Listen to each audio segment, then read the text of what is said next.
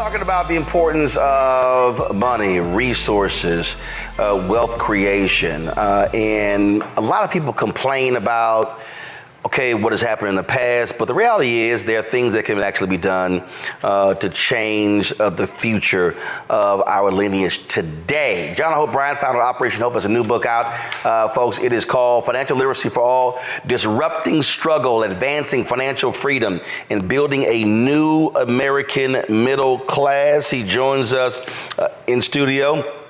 Doc, glad to have you here. Honored to be here. Came here just for you. Let's talk about it. By the way, people need to, when you're in Washington, go to the King Memorial, go to the Lincoln Memorial, go to the White House tour, do all that, then come see Roland Martin's real serious studio. This is not some like created on Instagram thing. Like he's got I'm really upset with him because he's got an entire command center, control room. It looks just like CNBC, CNN, or anybody else. It is absolutely beautiful, and it was done by a black-owned company. Yep, out of Atlanta. So lights were done by a black-owned company. The green screen done by a black drape company. The set was built by a black set design company. And black artists. Yeah,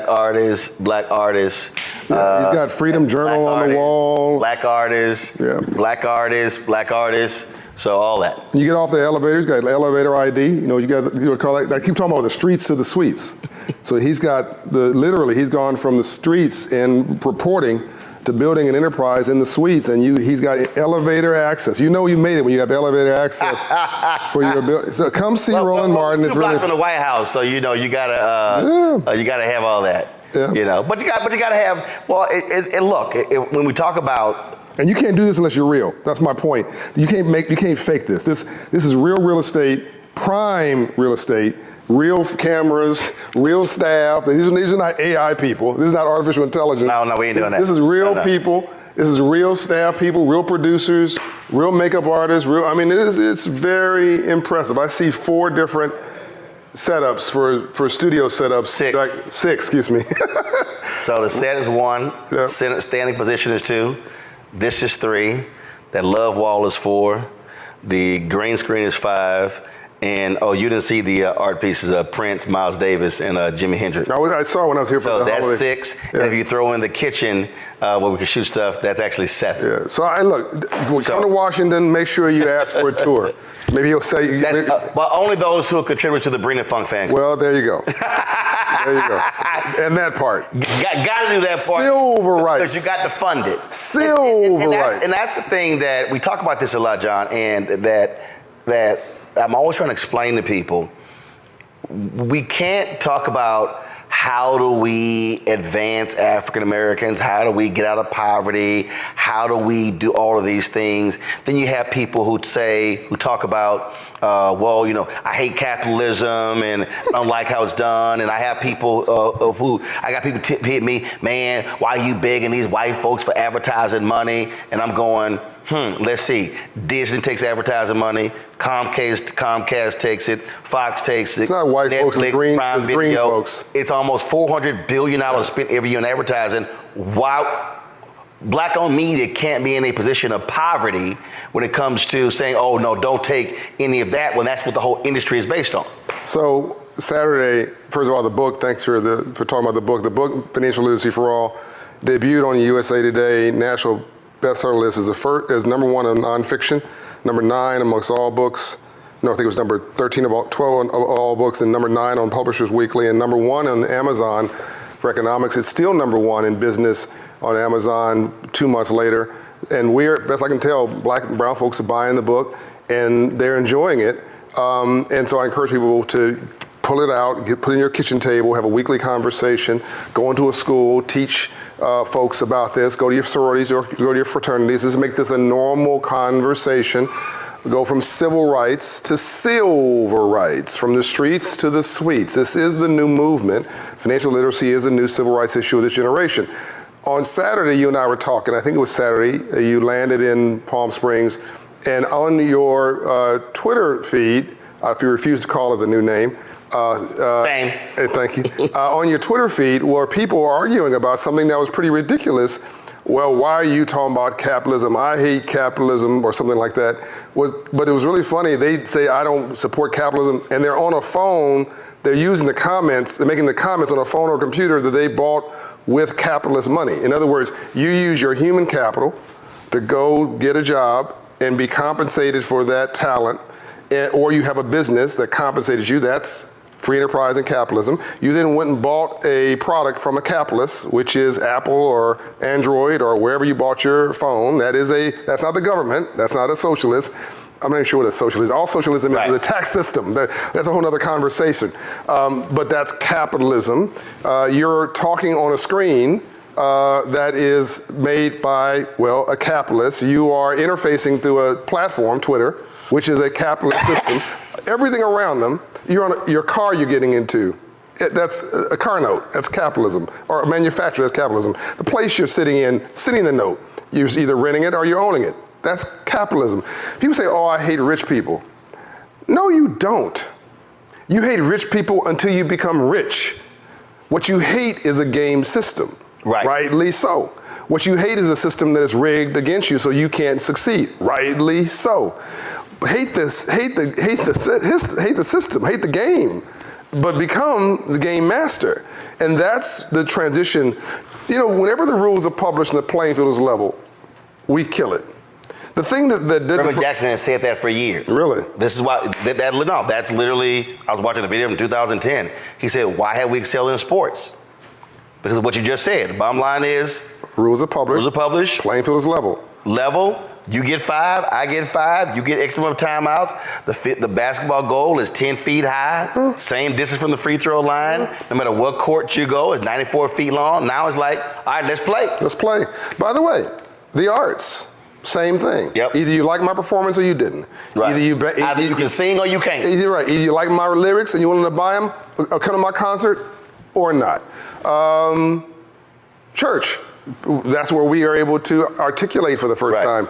That became a place of power, right? And that we proliferated in faith to this day, from slavery to this day. Politics.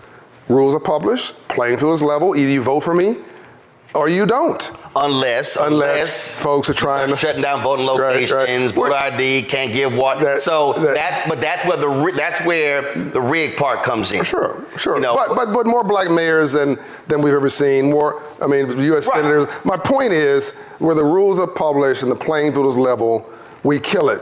All we have to do now is master free enterprise, capitalism, economics, and ownership. Also, black people and brown people are the only group of people, and poor whites, who didn't use free enterprise and capitalism to set themselves free. Out of literally hundreds of ethnic groups in America, what are the 3 groups held back? Poor whites, more poor whites than poor anybody else. And by the way, if it was only about race, there wouldn't be poor whites, it'd just be rich whites. But there's more poor whites than anybody else because some got the memo and some did not. Going back to 1600s, Native American Indians, #1 alcoholism rate in the country, unfortunately, because of depression, and they were locked out of the prosperity, and their land literally taken from them, which had oil on it and all that kind of stuff. And African Americans, not African Nigerians, not African Ghanaians, not African Caribbeans, not African, Africans, African Americans. The numbers are different because experience is different.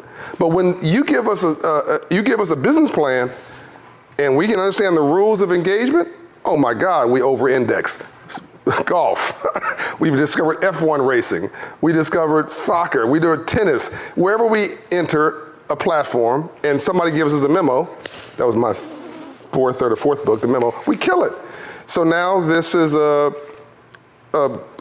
platform, an entry place, a business plan for us to begin to kill it successfully around free enterprise and capitalism. And it is inevitable. It is a natural progression. Dr. King's last book, Where Do We Go From Here? His speech, as you know, Jobs and Freedom. He was talking about money all the time. Well, in Theobald's book, The Guaranteed Income, that's what he gave out to all of his lieutenants, which is where he was a believer in that. And the thing that I was just telling someone when I was in Palm Desert, that you go back to with money that you earn honestly from a network you own, which you control, all your golf fees, all your plane tickets, all your rental cars, all of it financed by a network that you control and own in your self-determination. I'm just making it plain. Books, speeches and all of that. Yeah, but I'm just making it plain for people. So the thing that was, I remind people about the April 3rd, 68 speech, the Mason Temple, where he specifically talked about companies that we were going to boycott.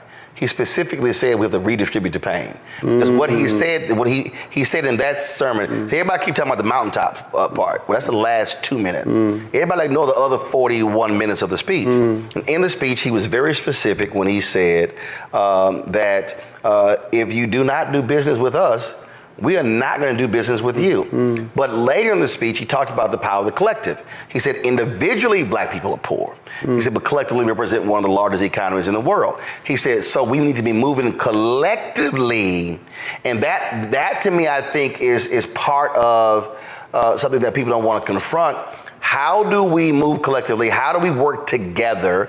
How do we not, I don't trust you, I don't trust you, I don't know, and in these silos, and how do we use our organizations to do what's right by us and not just right by them for themselves? The first thing we've got to do, Roland, is heal. In order to deal, you got to heal. I mean, there's 3 ways to live: suicide, and you can die alive. You can be the most dangerous person in the world, is a person with no hope. We pass people all the time, the eyes just glazed, living in a surviving mindset. So you got suicide, you got basically surviving or dealing or hustling or trying to get by. Then you got healing, and most of us are in this sort of middle factor, the INGs, drugging, drinking, texting, sexting, sleeping, all the INGs. What we have to do is get to healing, and once we do that and then get the mindset right, then get the financial literacy right, then get our skills right, technology and financial literacy, get our business plan for the rest of our lives right. Once you do that, now if I don't like me, I'm not gonna like you. If I don't feel good about me, I'm not gonna feel good about you. Why somebody play hating Roland Martin? Why wouldn't they just say, bravo? I mean, if you have high self-esteem, you're like, God bless the brother. I may not be my business plan, but I'm glad he's killing it and more like it. But if somebody's hating on you or me, that's not my problem, that's their problem. I even said, look, it's the folks who run their mouths on YouTube, they be on social media, and I literally said, I don't pay attention to you. Because you have high self-esteem. But I also say, y'all, do you. I don't care. Go do you. Say whatever you want to do. Do whatever you want to do. Because I don't talk about y'all. But you're always talking about me. I like what you're doing much better than what other people are not doing. Again, are you an expert at what you're against, surviving mindset? Are you an expert in what you're for, thriving in a winning mindset? That was my 4th book, I think, Up From Nothing. So all this is part of a narrative, and what we have to realize, Malcolm X, we've been bamboozled, we've been tricked, we've been fooled. They really succeeded in destroying our self-esteem.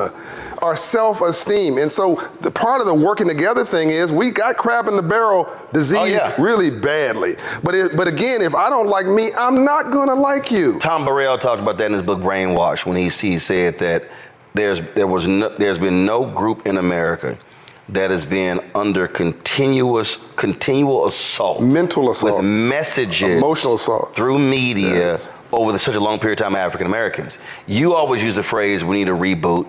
I always use the phrase, rewire. That we need to be reprogrammed. Yeah. And when we talk about even financial literacy, there has to be a starting point. Like it's sort of like when you do tons of panels, summits, whatever. When I moderate them now, I'm not about to sit here and have an hour conversation on the problem. About the problem. I can't, because it's like, we can run all this stuff down and I just want to cuss somebody out. I'm like, we got problem, boom, boom, boom, now we better focus on total solution. That's right. So there's somebody who's watching who's like, all right, that stuff sounds great, but look, I can't pay my bills, I'm broke, I can't save no money. I'm gonna make you a millionaire. I can't do whatever that. I'm gonna make you a millionaire. This program, within 5 years, I'll make everybody watching a millionaire. Just do what I say. Hold on, before you go there, tell them what your mama did. Oh, yeah. Whew. first of all, she told me, she almost brought tears in my eyes because my mom passed last year, been promoted. Roll a new mom, Juanita Smith. Mom told me she loved me every day of my life, but that's not what you meant, but that's important to say. When your kids screw up, say, I'm frustrated with you. I'm gonna discipline you, you future lawyer. I'm gonna jack you up. I'm gonna give you a whipping, you future entrepreneur. In other words, you gotta discipline them and structure them, but you also gotta to let them, throw them into their aspirational future, because self-esteem, again, is that sensitive thing. So my mother told me she loved me every day of my life, no matter what I was making a mistake. I made a mistake, I wasn't a mistake. Number two, Mom worked, and I know this is what you meant, she worked an hourly job at McDonnell Douglas Aircraft. She made $15 to $17 an hour, Juanita Smith. And Mom and Dad divorced over money, so everybody thinks I had a silver spoon in my mouth. My sister Juanita, my mother, my sister Mara, my brother Donnie. I was the youngest. In South Central LA, we had a gas station, hustle, apartment building, gas station in Vernon and Normandy. Home on Martin Luther King Boulevard was called Santa Barbara. Apartment building, for 8-unit apartment building was worth millions a day rolling. We bought it for $18,000 back then. Own our own home, cement contracting business my dad did with his own home. My dad was a hustler, but he was financially literate. So the more money he made, the broker we got. They argued over money, got divorced over money, domestic abuse over money. Mom went to go live with somebody else, saved enough for a down payment. By the way, lost all those assets, lost it all. We went to go buy our first home in Compton, California, 15502 South Fraley. She used the equity from that house to then buy another house. While she was working, she did a side hustle on the job. By the way, anybody watching this who's married, one salary to pay the bills, one salary to invest. Yep. Right. But so my mother would have this side hustle selling handicrafts and candies and things she made. She'd save that money to go buy down payment for another home. She bought and sold 7 homes. And when she passed away with an hourly job, 32 years at McDonnell Douglas Aircraft, now Boeing Aircraft, she had $1 million net worth. She had a will, she had a life insurance policy, which she cashed in. She had a burial policy, when I had to go do a GoFundMe campaign to bury her. Right. Can we please stop this? Please stop the GoFundMe campaigns for burial. It costs you $25 or $4 to get a $25,000 insurance policy. You can get, for $40 a month, you can get $1 million life insurance policy. There's your generational wealth, getting ahead of myself. Mom had a will, an insurance policy. She had a savings account, had X dollars in it. Right. And she had these homes that she bought and sold. And when she passed away, there was $1 million that could be distributed, that was distributed over time to her heirs. And so here's a working class woman at basically $18 an hour. So don't tell me with a high school education, went back to school at age 62 and got her high school equivalent and marched with cap and gown. So this is possible. I'm gonna lay out, before we finish, how everybody watching this can become a millionaire within 5 years. How? So this is the church of what's happening now and what have you done for me lately. This is not the Republican Party or the Democratic Party, this is a get it done party. And we need folks to help people get it done. Let's get it done. Financial literacy should advance your life. You're making $38,000 a year. You've got 3 children. You're watching this program. You're like, how does this change my life? Mm-hmm. Okay, let's walk you through it. I want you to to go to financial coaching with Operation Hope. It's scholarship for you, so it's free. It costs you nothing. It's worth about $10,000 when you sign up. We're gonna get your credit score up from 54 points in 6 months, 120 points in 24 months. Let's just deal with the first 6 months to a year. And you're getting the credit score up because when you get that car or you try to get that house and you have a low credit score, that interest rate is higher and you're spending more money versus somebody who has a 650, 700 or higher credit score. Yes, but even I'm using the Roland Martin blunt category. If you live in a 580 credit score neighborhood, which is a lot of our neighborhoods, and you go get that Mercedes from the buy here, pay here lot, they charge you 18% interest because your credit score is 580. It's not a Mercedes, it's Mercedes payments. And that car is gonna implode, they're gonna take it back and sell it to some other person who had a 580 credit score. So I wanna get your credit score up 54 points into the 6s. Your interest rate is going to come down, right? We're going to also reimagine your budget because you shouldn't be going to Starbucks 3 times a week, and you shouldn't be smoking cigarettes. The cigarettes also had $38,000 and 3 kids. I'm sorry, I'm going to go ahead and say it. You should be buying a Mercedes. A lot of people, I'm going to say it. As you should, but a lot of people do it. When your assets are on your, it's a problem. But a lot of us, as you know, do it. So we're going to stop the bad habits. And by the way, if you have a 580 credit score, it's an error in your credit report. So the first thing we do is we challenge the credit bureaus. And the law states if they cannot confirm it's yours within 30 days, they must remove it. And on that point, that's where you want to shout out Congresswoman Maxine Waters, who was really aggressive in helping getting those laws changed to the mandatory free credit report. A lot of those different things. She put officers in each one of the federal agencies also that deal with these issues, make sure there was an ombudsman in these offices that advocated for this. People don't know all the good stuff that she did and does. So credit score is one. We get your credit score up.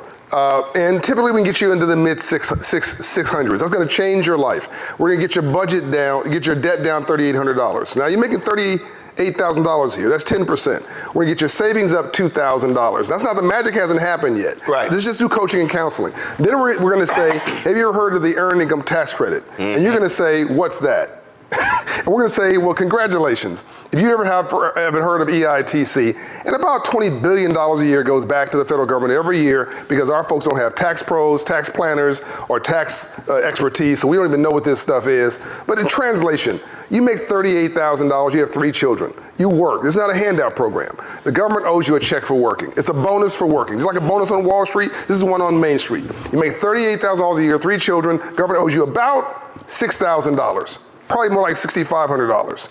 You go, whoa, that's a tax refund? Yes, it's cash. We're gonna get a bank account for you. If you don't have one, we're gonna open one. We're gonna wire that money in your account. By the way, if you've never heard this before, you've never filed. If you never filed, it's retroactive for 3 years.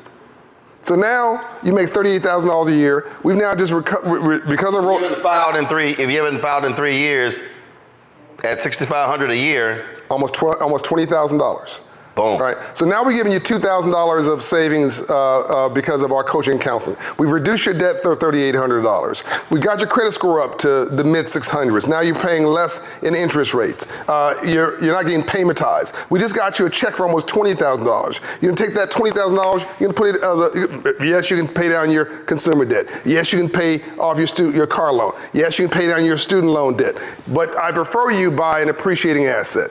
I would prefer you to put a mortgage on good debt. There's good debt and bad debt.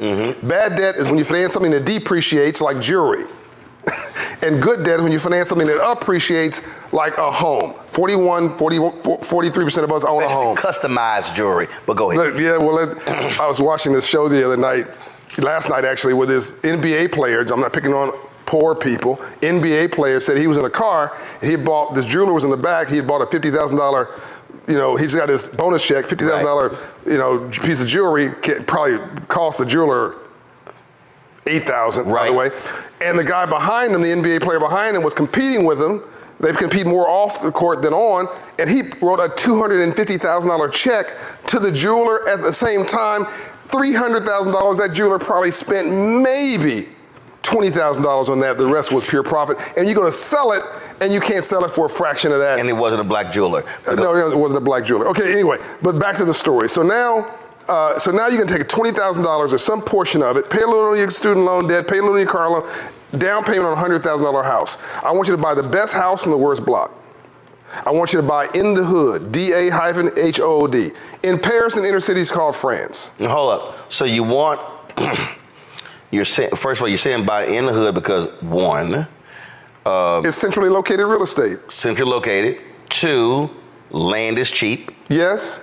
Okay. And they were stupid enough to put us there, but now they want it back. Right. Anacostia 20 years ago, 30 years ago, 40 years ago, 50 years ago in the Industrial Revolution, pollution, where's the worst place you can sit? On a hill next to the water. Why? Because the pollution pollutes the air and pollutes the water. But now in a clean economy, where's the best land? Next to the ocean, on a hill. What did Anacostia do? Got completely revitalized now at the headquarters for the National Guard and all that kind of stuff. FEMA's over there, and people are buying land. That's where Frederick Douglass, by the way, owned property. Inner city in the UK is called London. An inner city is centrally located to jobs, commerce, transportation. It is a center. Well, they moved out in the 60s and the 40s and the 50s to create their own environments. But now with traffic, Nobody wants to. White flight in the 70s, and then all of a sudden that was happening in the 80s, and then in the 90s it was kind of like, damn, we done went out so damn far. Now it's an hour and a half. Each way. Now it's 90 minutes. Now they're like, black folks not so bad. So now they drive. So what then happened was they went, whoa, all this cheap land, Harlem. all of a sudden comes in, start buying. So we call it gentrification. I remember when I moved to Chicago. It's a move in the middle class. Dude was complaining about that. Bruh. And I was like, bruh, I said, I'm just gonna be honest with you. I said, do you rent or do you own? He said, I rent. I said, you ain't got power. He goes, what do you mean I don't have power? I said, you don't have power. I said, right. Owners have power. Owners can decide to sell. Owners can decide to jack your rent up. I said, bruh, we gotta stop. In fact, when I did the urban leagues. I'm the largest minority owner of single family rental homes in America, right? Me, personally. Mm-hmm. I mean, Promise Homes Company, 700 homes. And I'm encouraging you not to rent. I'm encouraging you not to rent. You come to me, get that job at McDonald's. Do it for a little bit and then bounce. Go to Walmart. We all have those jobs coming up. It wasn't meant for you to stay there forever. Go there's a stepping stone, get your career, get your degree, and keep it moving. Come rent from me or somebody else. Frederick Douglass, by the way, owns $6 million worth of rental real estate in Baltimore, Maryland. That's how he got his freedom and was able to be an abolitionist because he had free enterprise freedom. He even put his own check into the Freedmen's Bank, wrote a check for $10,000 in 1865. Do that calculation because he could. So rent from me for a few years and then go either through me or someplace else and go rent to own and build your wealth. Because the number one way you build wealth in America is home ownership. But 41 to 44% of us own a home. 75% of our white counterparts own a home. This is the easiest pathway to home ownership. I want to get back to your story, then I'll come back to how you finished on the $1 million. What were you about saying about? Yeah, in terms of, so when you're talking about making these decisions, and we talked about even the car decision, 2008 when I decided I needed a new vehicle because my nieces can't live with me, my Corolla was too small. Right. Go in, the guy was like, hey, he said, so we financing? Nope. He goes, we leasing? Nope. He said, what we doing? I said, we're gonna negotiate, I'll be back in 15 minutes. Because one, I said, I'm not about to sit here and pay you interest on this damn car. Negotiated, went to the bank, got a cashier's check for $49,000, came back. Now here's the deal, that's 2008. It's 2024. That Navigator outside. I don't give a damn what y'all think. First of all, I barely even watched the Navigator because I don't care. You should have watched it though. No, I don't care. I really don't. When I say I really don't, I know. I really don't. It runs. Yeah. That's all I care about. I'm a car guy. So part of this is also when you're talking about the building blocks, you also have to change a mindset where you're not so concerned about what somebody else think or impressing them. No, it's a bunch of people who make decisions with purchases that they make who literally are broke and who are underwater. Our assets are on our ass. Just say it. Just say it. Look, we're renting with money we don't have in places that don't want us to impress people we don't know about shit that don't matter and have conversations that don't involve us. Aspirational people talk about their ideas. Poor people talk about other people. What's happening in our barbershops? What's happening in our hair salons? We're talking about rappers and celebrities, and we're on social media all day talking about somebody else's idea or somebody else's beef versus owning some beef. Nobody washes a rental car. Nobody washes a rental car. You drive it and you bring it back to the owner, which is a car dealership or the car rental company, and they wash it. You gotta own some stake to be a stakeholder. Right. So that's why we're talking about becoming an owner. I want you to go in the hood. I want you to go into a working class, black or brown, doesn't have to be black or brown, but it could be white, rural, doesn't matter. But a working class neighborhood where it's near jobs, near industry, near transportation. I want it so you can access home ownership. I want you to buy, I'm making this up, $100,000 house. Now, if it's Montgomery, Alabama, this works. If it's Birmingham, this works. It used to be Atlanta, by the way. Well, first of all, in now a situation, because we have such few housing stock, I mean, I actually went and pulled the neighborhood that I grew up in. I grew up in a 1,230 square foot house. That home was, I think the mark was 175. And even in that neighborhood, I saw homes at 250, 275, 300, 350. You may have to move. So what's happening is folk are like, yeah, but I mean, I don't know about that particular area. Yeah, but you still don't own anything. Yeah, exactly. You got a doorman at a place you don't own. I mean, it's like the drug dealer saying, this is my block. No, it's not. It's the city's block, right? No, you don't own the doorman. You don't own the door. You don't own the window. In fact, you're opening the window and literally giving money away. Every time you write that $3,000 check for rent, you're helping somebody like me pay off my mortgage for the investment of the whole building. Back to the story. So I want you to take that $20,000, do a down payment, and get a $10,000 down payment assistance grant from one of these banks that we will hook you up with. We'll get you a prime mortgage, a $10,000 down payment assistance grant. You take $10,000 of your own money, $20,000 together, and buy a $100,000 house, right? And the compounding effect, because you build wealth in your sleep, make money during the day. You may have to watch this over again, by the way. You build money, you build wealth in your sleep. We confuse making money, making a living. We think that's all there is. No. If that's all you're doing the rest of your life, you'll be broke. Right. You've got to build wealth in your sleep, which is stocks, bonds, investment, real estate, et cetera, et cetera, et cetera. Buy that home and sit on it.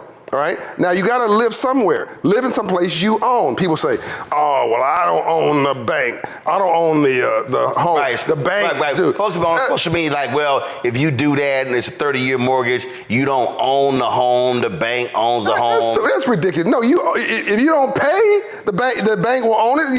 If you don't pay me, I'm gonna own it, right? I mean, so this is real common sense.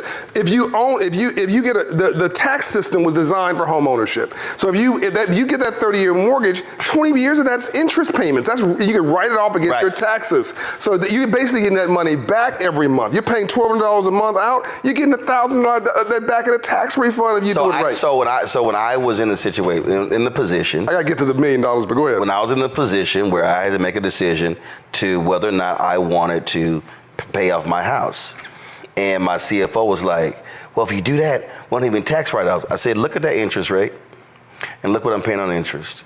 I said, what year was this? This was 2004, 5. Okay, yeah. Mm-hmm. So I told her, I said, no, I'm paying this off. Mm-hmm. I said, CNN, Tom Jordan, I'm speaking, I got books, and so I said, I overpaid taxes twice and got two $25,000 refund checks. And I was like, no. I said, I'm paying the house off. And so she was like, yeah, but I said, no, I'm not worried about the interest rates. I said, because, again, I knew TV contract, look, 3-year contract, no, you got a 1-year contract that gets renewed. Right. So what ended up happening was I paid the house off. Right. So the only thing I'm not paying every year was taxes. Property taxes, yeah. Property taxes. Yeah, which is another way we lose property. Right. Well, my sister, her two daughters would live in the house. Then my parents, they moved to the house. Yeah. Sister, daughters move out. My nephew, who's working for a bank, he moves to Dallas. He's living so literally, there have been 3 generations of family living in the home. Right. But the other thing is that by my parents living in my house rent-free, that also impacts our entire family in terms of culture. There you go. So again, so when I explained to my CFO, no, this is why I'm paying it off. Yeah. So now I said, and as I get older, I got a house that's paid off. I just make enough money every year to pay the property taxes. Mm-hmm. I said, and so it was, but it was forward thinking. Yeah. And I've gotten calls for the last 6 years, folks trying to buy it in cash. I'm like, nope, don't even call me again. Don't sell. That's another thing. Don't buy it. Don't sell. I bought it at 122. Yeah. The value now is 340. Yeah. So yeah, I bought a condo. So I bought a townhouse in LA. I forget what year. 2004. Bought it for $170,000. No, I bought it for $220,000. It went down in the 2008 crisis to $1 something. All my friends were like, sell it, sell it, sell it. I didn't freak out. I'm like, I gotta live somewhere. Right. And so then I moved to Atlanta. I rented it out to a police officer who didn't pay, who paid late. I rented it out, but I forgot about it. Then about 2017, I went to go sell it. And I needed some money to buy something else, and I called a realtor, a friend of mine, black realtor. Hey, what can you get for me for this condo? Now, supposedly I'm the financial literacy expert. Roland, I was laid out, stunned. You bought it at 175. I bought it at 220, went down to 175 in the crisis. That's the last time I checked. Right. Now, I didn't do anything to this house. I didn't paint it. It's a townhouse. I didn't paint it. I didn't do nothing. I just paid the mortgage, right? And that was being paid by the renter. I was just paying the property taxes. $750. Wow. I said, excuse me? He said, yeah, the market for that is $750. Sell it. So I sold that. Then when the year was a 1031 tax-free exchange, it was another property I was looking to buy, and we can't get into too much detail because you know a lot about what I'm about to tell you now. It was a property in Atlanta that I could buy for $750. I bought that. I took the $750 from California, tax-free, transferred it. This is why I think you think about taxes depending on whether you own or you don't. But I use the taxes to my benefit. Bought in Atlanta with no tax penalty. That property today is worth millions of dollars. So it really cost me. My down payment of that $220,000 condo was about $30,000. That's really that and property taxes every year, which was $1,000 or something, is all that cost me, and that ultimately creating a multi-million-dollar property by financial literacy strategy. Going back to this exam, and I bought a place in Turks and Caicos that's doubled in value. I didn't do anything. I just bought and hold. So buy this $100,000 house, $20,000 down. Do not sell. Within 2 years, I want you to go and get a home equity line of credit on that home and take some equity out of that home and buy a second home. Now I want you to buy something that's raggedy now. You could buy in Atlanta, when I moved to Atlanta, you could buy a home for $15,000, a raggedy home with a tree in the roof. That's exactly the one you want. Buy a home, get some local contractors, black folks, brown folks, buy it, rehab it, and rent it. So I want you to buy it, get a construction loan, future value, take that money from your home equity line of credit, put it as a down payment, construction loan pays the rest. Now this is good debt. Finish it with minority contractors, I hope. Half of my contractors at Promise Homes Company, by the way, are minorities and women, and rent it out. Then, in the year 4 now, do it again. Take the equity, buy a third home, rehab that one, rent that one out. Do not sell. You're a millionaire. That's $1 million net worth. Then I want you to get while you're healthy and young, every young person watching this, go buy your life insurance policy. Knock it off. Stop debating it. Get a term policy. I don't care what you get. What age? What age? I mean, if you're 20, 25, 35, if you're 35 years of age and you're in good health, no one's going to question, the insurance company's not going to question your health. They know you're not going to drop dead. If you're 50 plus. It's going to be slightly more expensive, but still get one. So if you're 25, you're going to spend $50 a month and get $1 million policy. If you're 55, you're going to spend $100 a month. It may be a $100,000 policy, but you want a policy. Right. And by the way, if you work for a corporation like even mine, I have 400 employees. You don't know when you pass away, there's a $25,000 burial situation, death policy inside of your health insurance policy. I want everybody go read the paperwork now. If you have health insurance right now, go read the fine print. There's probably a burial or a death policy inside of your health policy. That's the $25,000 to bury a loved one. You don't need a GoFundMe page. You should do that for an investment. You should do that for some big idea, not to bury the past. We should be creating generational wealth through life insurance policies. $1 million policy for somebody who's 25, 35 years old watching this is generational wealth. You can get it for $50 or less a month. But you do this whole thing I mentioned, the will, simple will, a life insurance policy, earned income tax credit. Thank you, Roland, for giving you a check, because of him, you're watching this. Financial coaching through Operation Hope, which I've scholarship to you at between $5,000 and $10,000. Sign up to the 1 Million Black Business Initiative, by the way. Your 9 to 5 job will finance your 5 to 9 gig. So before I go, get ready, Mustafa and Larry, person in our chat. I got no kids. Why would I want life insurance? Mamma mia.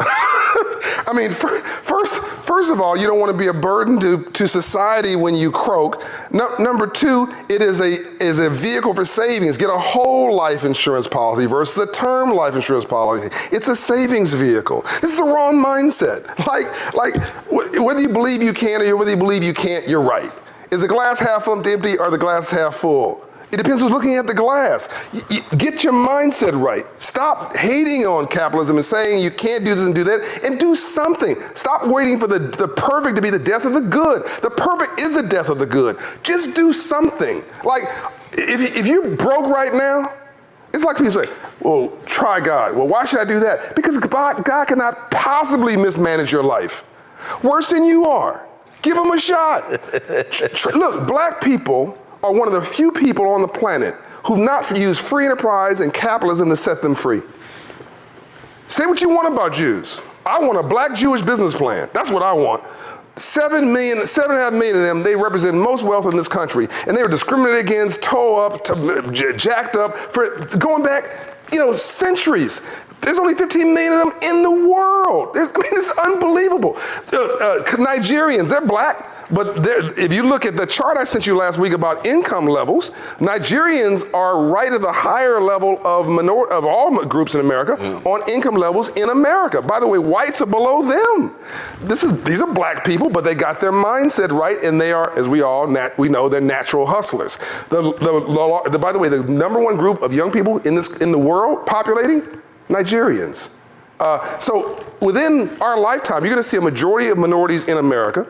You're also going to see a majority of minorities populate the world. And if we don't figure this free enterprise system out, everybody's going to be broke.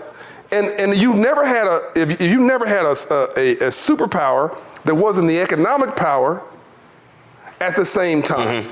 So I need this brother to change his mindset. Just try what I'm saying. Right. It's not about the life insurance policy. It's about the action. Once, like you go to 1 million black business, you sign up. You try it for 2 years. It didn't work out. But now giving you a hustler's mindset. Now giving you an entrepreneurial can-do mindset. Well, you can take that into a job. You can take that into a career. Question, Mustafa. Yeah, well, John, thank you for dropping knowledge as always. I'm curious, when do we start teaching younger people about financial literacy? I know I started my first business when I was 10. Everybody around me and my family owned their own real estate and told us how important it was. But I don't see a whole lot of that. Based upon your experience, when do we start helping folks with that literacy? Diapers. I mean, in Atlanta, Mayor Andre Dickens, I want to give him some love now, and he has really done a bold thing.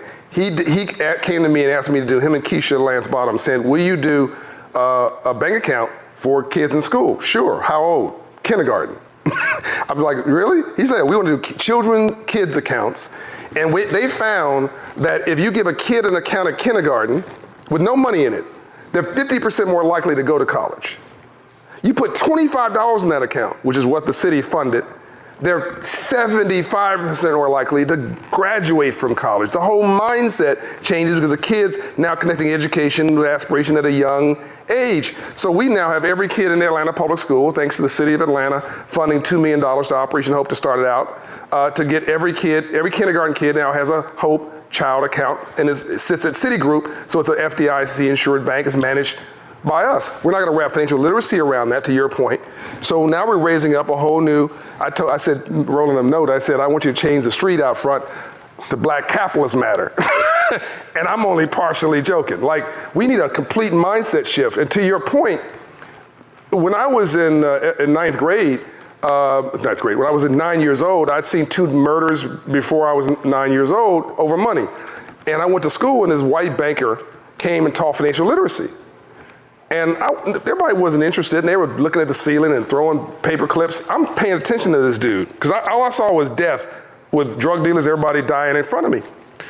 So I said to this guy, he came in once a week, rolling for 6 weeks. The 4th week, I wore a suit. The 3rd week, I said, what do you do for a living?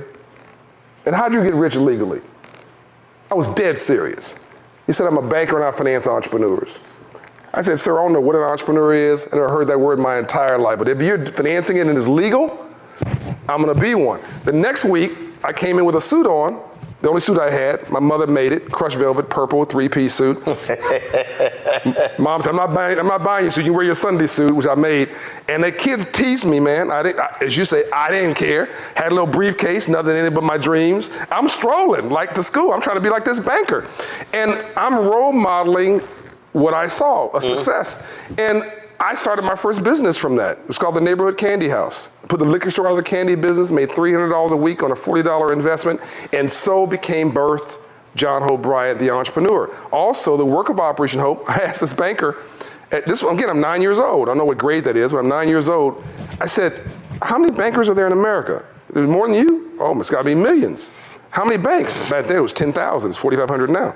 So wait a minute, I said, It's your job to loan poor people money. If I can just prove, I'll pay it back. Yeah. And I don't get dead if I don't pay you back, because that's what happened in the street behind me. Right. No, we just signed a notice of default. Okay, I'm in. So that's really what Operation Hope is doing across the country, is teaching people how to fish at scale and to master this system so that you can become bank qualified, so you can access capital at prime rates. And so to your point, we really need legislation. We need, I call it civil rights legislation, financial literacy for all. The senator, hopefully he's still looking.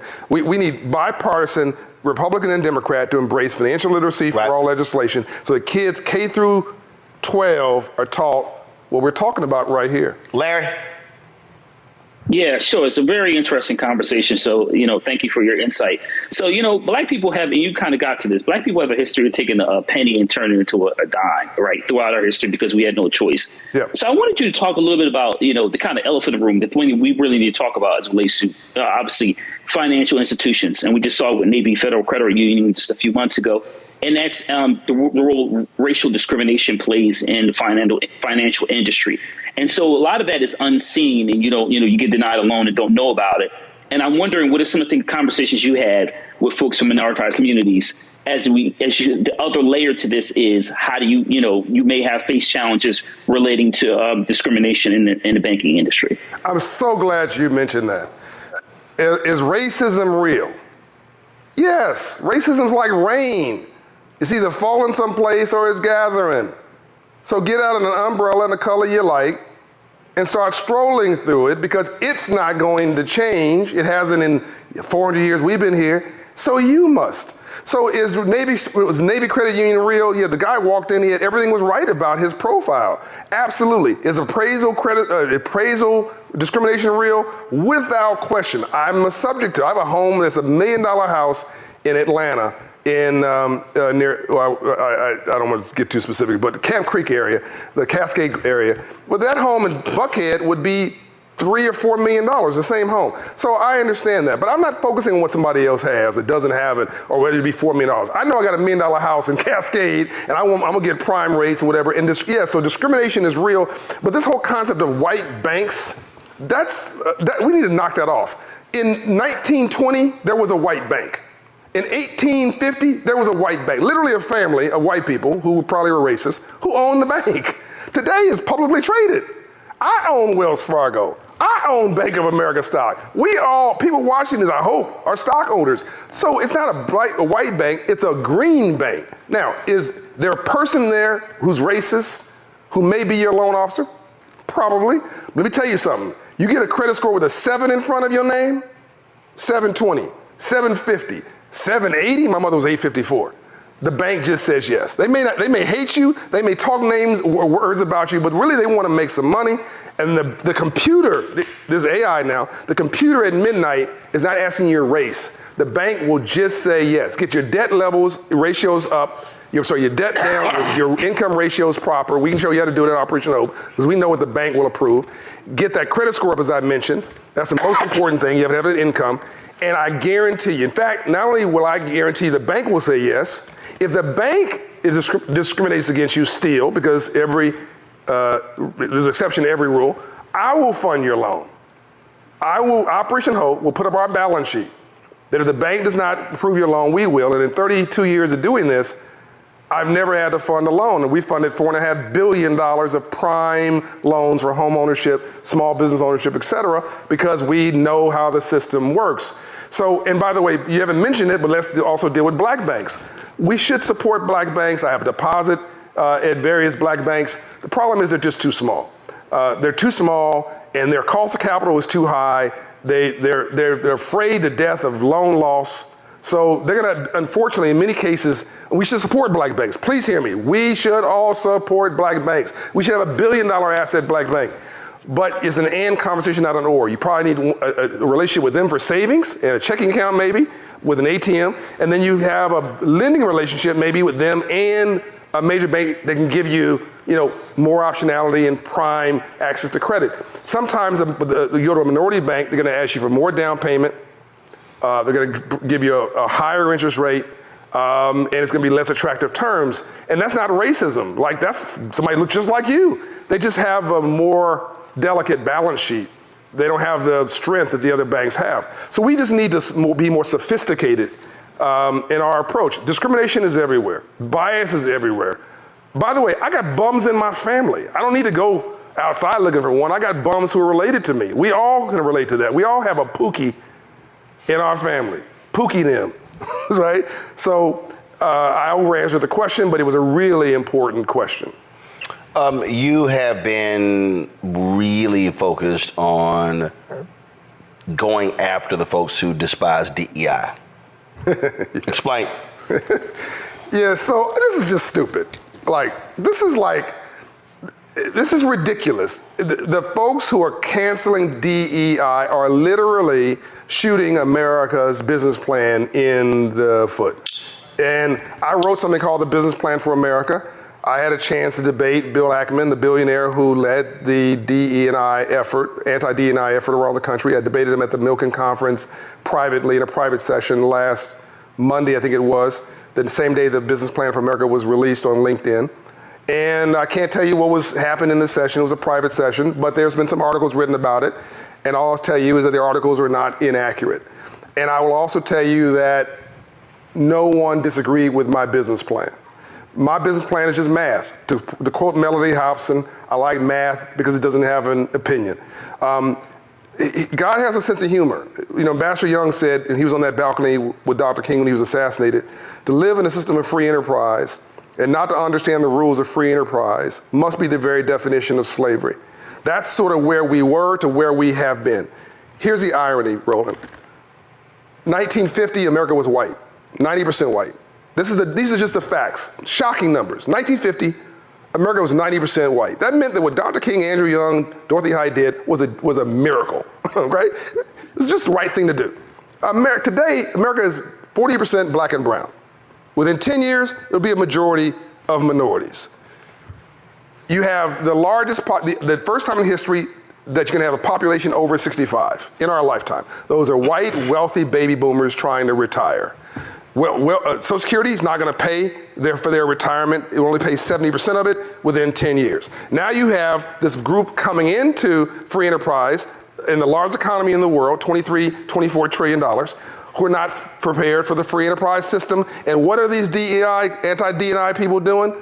Cancel, cancel, cancel jobs, career paths, internships, corporate gigs, school, so they can't create future capitalists. So I asked him, what do you want to do? Speak Mandarin? And by the way, because if we don't solve this, we will be speaking Mandarin in 10, 20 years. China will run the world. They want our place. So we got to prepare this group to lead the economy. Here's the good news. The diversity, the numbers are on our side. Biggest economy in the South, the traditional South. People just love messing with me. Oh, the South is Texas. The traditional South, Atlanta, Georgia. $450 billion a year. Roland is bigger than all 6 states around it. The city of Atlanta GDP. Mm-hmm. Take 3 states, Mississippi, Alabama, put it inside of Atlanta together, it's still bigger. The biggest airport in the world, the biggest economy in the South, the 10th largest economy in the US, and it's all of us. The color's green and is diverse. New York and California, biggest economies in the US, most diverse. DC, incredibly diverse. We have the biggest black population is right outside of DC as far as net worth. So all city, Houston, Charlotte. There you go. I mean, you start going. The wealthiest companies are the most diverse. So what I say to these folks is, diversity actually is a business strength. The broke places are folks who actually have said, no, we don't want none of that progress. We want a white water fountain and a black water fountain. You go to some of these cities in the South, it looks like 1960. Nothing has changed and their economies have gone backwards. So the reason I like this argument is it's not an argument. You're hitting your face on my fist. The math is indisputable, and if we don't solve this, 4 countries want to take us out. China, Russia, North Korea, and Iran, which just became more volatile over the weekend because their president died in an accident. They want to take us out. Helicopter crash, yep. But they can't do it on a fair fight, Roland. We are screwed up. America's got all kind of problems, right? Democracy and capitalism are horrible systems except for every other system. America's a jacked up country except for every other country. I keep telling people, I hate America. Here's a plane ticket, right? They're not going nowhere. We have an incredible system that we need to make better. And the least of these God's children, us, just might be the salvation for the future of America as a superpower of the world for the future and the largest economy in the world. We just may save it by becoming financially literate, by becoming stakeholders and owners, by voting, and by being like almost moral capitalists. I know this is crazy talk, but right. I think it's actually a radical movement of common sense. And you know, I always get a kick out when people say certain things, you know, they'll run their mouths. It was so funny. Somebody had tweeted, Roland's spending so much time talking about his house instead of letting Franklin drop jewels on financing. This is the problem I have with this guy, ego. Huh? And I had to respond back. I said, first of all, you clearly ain't paying attention because his name ain't John Hope. Oh, they thought it was John. I'm like Franklin. John Hope Franklin passed away several years ago. He was a historian. It's John Hope Bryant. But also, But I'll take the association. But also, when silly folk like that make those comments, what they don't quite understand is that you also have to make it plain. Yeah. And so when and you relatable. right. And so when you talk about, again, those conversations, how you make car purchases, how you make home Practical purchases, stuff. how you don't get caught up in brands. I got probably 6, 7 Air Jordans at home. I didn't buy none of them. They were gifts. Yeah. Cause I ain't never spending $200 on no damn tennis shoes. That ain't happening. Right. Because how I was raised. My dad was like, ain't no way in hell I spend that money. Thank goodness. We gonna close it. We gonna close it out with this. Can I have 1 minute? Go ahead. Because you mentioned Air Jordans. I got to tell this story. I know. That's how about the hell you tell a story. Okay. That's why about the hell you tell a story. Okay. I know what I'm sorry. You've executive produced this. My bad. Yeah, like I don't know how to make a segue. I know what I'm doing. You do. So that was a guess. So that was a conversation between two young men, and it dealt with the issue of Jordans. But I don't know you always paying attention. I mean, okay, my bad. By the way, I love that you told the story about your house because people presume and assume you don't have a problem in the world. First of all, I filed for bankruptcy. What people don't understand I had a 500 credit score. I almost filed for bankruptcy. I was homeless. I filed for bankruptcy because my appendix ruptured at the Democratic National Convention in 2000. Mm-hmm. I was over the miles on my lease. While I was in the hospital at the Centinela Hospital in Los Angeles, because it happened, the convention was there. They picked up my 4Runner from the airport parking lot. Wow. They must have been tracking. Yeah. Picked it up from there. Had to file for bankruptcy because I didn't have health insurance. That's right. And so it was nearly 60+% of Americans filed bankruptcy because of health insurance. By the way, the Biden administration and Vice President Harris have created a situation to get any charges on your health insurance will come off your credit report. Yep. It's not well known, but that will not work against your credit report. We covered that when she spoke in Detroit.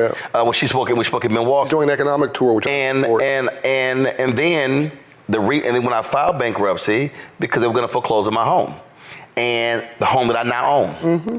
And what happened there was a friend of mine, Mike Price, God rest his soul, Mike was like, Roland, he said, don't worry, because see, black people, we freak out. We have stress.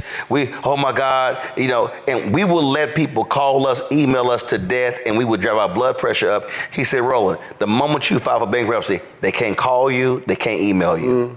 He said, if you don't have the reason. It was not chapter 7, it was chapter 11. I mean, it was a reorganization. Right. So what he laid out was, he said, then what happens is, if your income is this and you can't pay all of that back, he said it's going to get nearly all wiped out. And that actually what happened until I got the job with the Chicago Defender. We're not supporting bankruptcy filings. He's just telling you the path. Well, but here's what I'm not supporting it. But here's what I do know: white folks have used bankruptcy as a financial measure planning, including the former president. I was sick because I was sitting in one of the waiting for them to get called, and this dude sitting next to me, white guy, it was his 4th bankruptcy, and he's explaining to me what he did. He's explaining to me all the stuff that they bought, the jet skis and all that sort of stuff like that. And I'm looking at, because I was looking at him and looking at all the stressed out black people. But so the thing there was, and so again, it was all going to get almost wiped out. Then I got the job with the Chicago Defender. It was paying me $110,000. Like, yo, you got to pay everything back. I said it was fine. But the point is, people have to recognize we're not sitting here having this conversation as like some people. I guarantee you're thinking, Roland, John, they got money. No. I had a secured credit card with a $200 limit backed up by $200 in cash. I mean, I grew up in the hood. I was so poor I couldn't afford the OR. Well, after the bankruptcy, I refused to deal with all that credit card drama. Took two CDs, gave them 20 grand. Certificates of deposits. That's the backup for my credit card. Yeah. I pay it off every single month. Yeah. So coming out of a bankruptcy, where the house almost got foreclosed on, where almost $100,000 in medical bills, paid the house off, today have no debt, launched this with $350,000 of my own money. Right. This has no debt. So I'm able to make decisions that where I'm freed from the shackles of debt. And so for the fool who was watching saying, me talking about my house, I did that because there's somebody who's watching and listening who has been in the same position. That's right. We'll be inspired. Who maybe had no idea that, and understand, filed a bankruptcy in 2004, got out of the bankruptcy in 2008, paid the house off in 2009. Yeah. But hurt people, Roland. Look, if I like what you're doing much better than what other people are not doing. And most people don't have a business plan for their life. And so criticism becomes an easy sport. Oh, by the way, because you said something earlier, I do want to say this here to the somebody named Al Khatib. This also shows you when you're not smart when you tweet stuff. Because this person here claims to own the premier multimedia management and production company, and they have their website. I'm not going to give it, but see, if you were smart, you would have tweeted me about how do you partner with your multimedia company and your production company. Or you hire them to do versus criticizing me talking about my house. So one thing you just guaranteed, you would never get called. Go ahead and make your fight. By the way, the panel made a great point about discrimination in banks. And what I'm going to tell you is that a lot of my entertainer friends, they'll call me because we want to be the rappers. The rappers want to be us. The rappers want to be business people. And they'll call me and ask me money questions. A lot of them they're banking with the branch manager. They're worth millions. Right. But they don't have, so this is my point. You need relationship capital. You need, if you hang around 9 broke people, you're gonna be the 10th, right? You've got to get to know the senior vice president, the corporate vice president, somebody in the C-suite at these major banks, build a rapport, build a relationship with them, send them information on your business and your household, build a rapport so when you actually need to access capital, they know you. They can vouch for you. The word credit comes from the Latin word credito, which means credibility. The word capital comes from the Latin root word capitas, which means knowledge in the head. And banking is a faith business. Faith, credibility, and knowledge. It has nothing to do with money. If you understand this system, you can access capital at scale. I do now what's called non-recourse debt loans. I did a $100 million refinancing of my real estate portfolio at the Promise Homes Company earlier this year. It was non-recourse debt, which means I don't personally guarantee it. But when I started out, Roland, everything was personally guaranteed. A paper clip was personally guaranteed because I was broke. So that's the way this system works. You have to learn to manage. With that joke about banking, a bank will loan you money when you prove you don't need it. It's not untrue. So you got to have that higher credit score. You got to have that savings and have those ratios so the bank goes, oh, because capital's a coward. Capital's not trying to be courageous. Capital's trying to find the highest return with the lowest risk. By the way, so me too, by the way. I want to have the lowest risk with the highest return. So you got to present yourself in a way to the banker. They go, that's a good bet. That's a good investment. I'm going to loan them some money to do X, Y, and Z. I'm going to get it back. That's the way the system works. Right. If you look like a credit risk, if you look like you toe up from the flow up, they're not going to loan you money. That's not discrimination. That's a toe up a credit report. And when you go to the club tonight, everybody, some people have heard me say this before. When you go to the club tonight, not tonight, Friday, and you meet the girl, and she's cute, and you meet the dude, and he's handsome, and before you get too serious about this conversation, ask them their credit score. And I'm only half joking, because when you marry, you're marrying a life partner. You're marrying your business partner. You're marrying debt. Or equity. Okay, here's a story.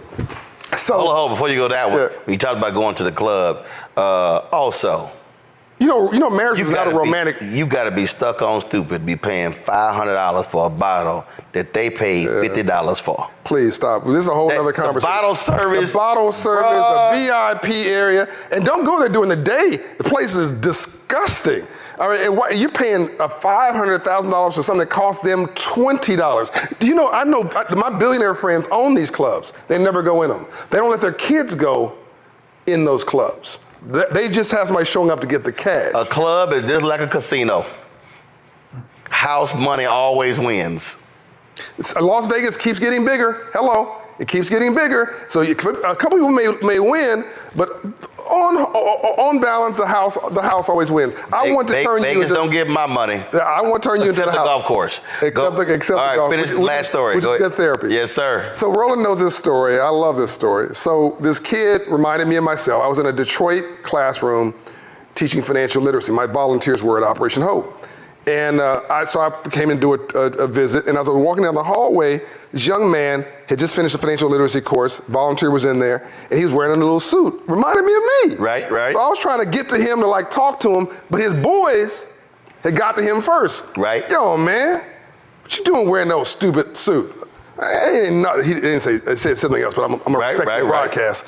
Hey, let's wear that stupid suit. Yeah, man, we cut some here, but I understand. Go ahead. Yeah, you wearing that stupid suit. You know, why you wearing that? Why you hanging around these dang on bankers? They ain't nothing. It's all punk stuff. Usually you're a punk. So I go to defend his honor, right? And I said, look, you guys, I want you to make a decision about Nike. Now, this is years ago. I'm gonna give you $70 each. There's 4 of them. Make a decision about Nike, quick. And he says, I want to buy a share of Nike stock. Man, they jumped. Man, then that's the second dumb thing you did. Well, you gonna buy some stupid ass stock. Excuse me, here I go. I got you. You need to buy you some Air Jordans. Back when they still needed another $30 back then. It was $100. Everybody got Air Jordans. Fuchsia Air Jordans, black Air Jordans, brown Air Jordans, leather Air Jordans. Everybody in school has got Air Jordans. You dumb, man. You need you some Air Jordans. I go to defend young Derek's honor. And he says, no. It's cool. I want them to buy those shoes.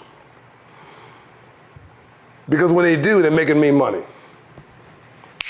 Bingo, light on. I'm like, okay, this kid gets it. There's a difference between being broke and being poor. And for the folks who don't know, Anthony, go to my iPad. He was saying that Anthony, go to my iPad. This, y'all, is what Nike stock is at the close of business today, $92.82. So today, the reason Michael Jordan is a billionaire, and Michael Jordan, his mama forced that, Michael gets 5%. Michael gets 5% of Air Jordan sales. Oh, yes. 5. Yes. Nike gets 95. Equity. But Michael Jordan is a billionaire. Because of that, not because of playing ball. Not because of his NBA contracts. Right. Not because any of that. Right. Because just 5% of the money the Jordan brand makes. So what the young man was, to tie this together, we got to make smart sexy again. What the young man was saying was, y'all can talk all you want. It's what you said earlier. Not 1 ounce of my self-esteem depends on your acceptance of me. Y'all can say whatever you want. Yep. I want you to go buy those shoes. Be ignorant. I'm going to own the stock, and when you buy those shoes, you're going to have my stock go up. And at that point, I realized he got the memo. I've said for years to our people, go to a store and say, can you please hand me one of those empty boxes of Nike? I said, and buy your kids some stock, put that stock certificate in that box under the tree, and wrap that sucker. Buy a stock certificate for a birthday or Christmas and put it on the wall. Frame it and put it on the kid's wall. What I'm saying is put the stock certificate in that box and have them unwrap it and say, I want you to understand that pair of shoes in that box it's going to go down. Will be worn out in a year. That It's going to make you a whole lot of, at a sister who with the TV. By the way, that was probably a stock split. That stock value for Nike. Absolutely, absolutely. Yeah, so that's multiples. Absolutely. Yeah. So it would, right. But again, though, when you don't know, you don't know. Yeah. And so that's why you have the book. Folks, the book is called Financial Literacy for All. Mustafa, Larry, did y'all have any additional questions? No, you answered my question. Thank you. Cool. Financial Literacy for All, Disrupting Struggle, Advancing Financial Freedom, and Building a New American Middle Class by John Hope Bryant. Always good to have you, my brother. This is a civil rights issue of our generation, man. We got to move on the traditional civil rights movement. Thank them for that. Support all the organizations who did that. And then advance that with new software for the civil rights movement from the streets to the suites. And this is the way we get our liberation. Yep. It's okay if you don't like me, I like me. And I'm an owner. And so your opinion really don't matter. And that's where we got to pivot. And that's where I think we're going. So I'm going to close out with this here. This painting here, y'all, is of my man, Harry Belafonte. And Harry Belafonte, he put in his book and he said to me personally that he saw what happened to his mentor, Paul Robeson. When America got sick and tired of Paul Robeson kicking ass on racism, America, they would not hire Paul Robeson in America. But Paul Robeson was making lots of money internationally. How did they break Paul Robeson? They took his passport. Wow. He got some checks singing over the phone, talking to rallies, wow. But he couldn't leave the country. Wow. So Harry Belafonte said, we saw what happened to Robeson. Robeson died broke. He said, I'm going to keep my activism, but I'm not going to let them do to me what they did to Robeson. So Mr. B, he owned his content, but he was investing. He was saving his money. That's right. Because he said, I can't be the activist. Paul Robeson handed him the mantle, handed him the baton. Wow. But he said, I don't want them to do to me what they did to Paul Robeson. So he protected himself financially. That's right. To be the activist that he was. That's right. If he did not protect his money, he died at 96. He would not have been able to do all the things that he did and have the financial freedom to do them if he did not watch his money. He said it was because of what they did to Robeson. You know, it's possible, Roland, that the only true freedom is financial freedom, because all the others can be taken from you. And, and I want people, as you think about what Roland has done here, and we in this where we started, talked about ownership and fact that this is his. I want you to think about this. Eddie Murphy, you love him. He's smart. He's funny. Eddie made his real money in investing. He bought one piece of art at an estate sale, right? $50,000. That the copy, the famous Good Times art piece. The copy of that piece sold for $18 million. The copy, the artwork is worth more than the house it sits within in any contract he ever got for acting.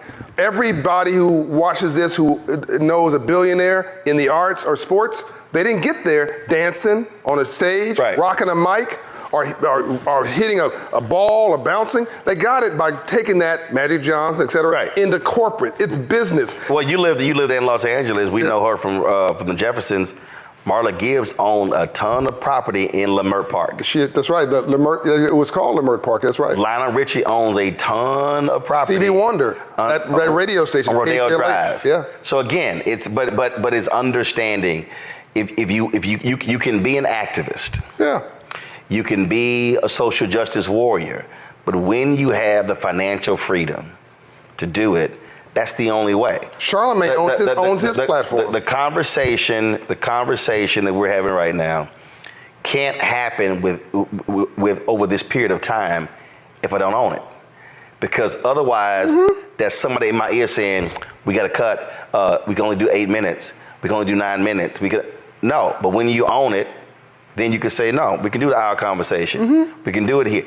And that is the piece that our people have got to understand. That's so powerful. You're not asking a producer. So when I go on, I'm a contributor for CNBC, and I go on, and it's a 7-minute hit. And that's long for TV. And I love doing it. Now, Time Magazine and all this kind of stuff. There are only 2 times where I've done an hour piece where you can unpack this, where the 2 platforms where the person doing it owned it. You, today, And a couple weeks ago, I did Charlemagne, and he's within iHeart, but he owns Black Effect Network, his podcasting network. He owns a 50-50 partnership. Yeah. But I'm on his board. Yeah, So with iHeart. Yeah, it's a 50. But he did it right. He had them funded, but he owns the creatives. He's got publishing arms, and he's got his Breakfast Club show. But because he controls that, he can have an hour conversation with me about something that really matters. This really is an important conversation. I hope people watching this not only take it to heart and change their life, but give you the credit you deserve. You're a good man. But I tell them, but the financial freedom allowed the creation. That's it. And that is how our people have to be able to think forward. Appreciate it, man. Love Always a pleasure. My pleasure. Fanbase is pioneering a new era of social media for the creator economy. This next generation social media app with over 600,000 users is raising $17 million, and now is your chance to invest. For details on how to invest, visit startengine.com/fanbase or scan the QR code. Another way we're giving you the freedom to be you without limits.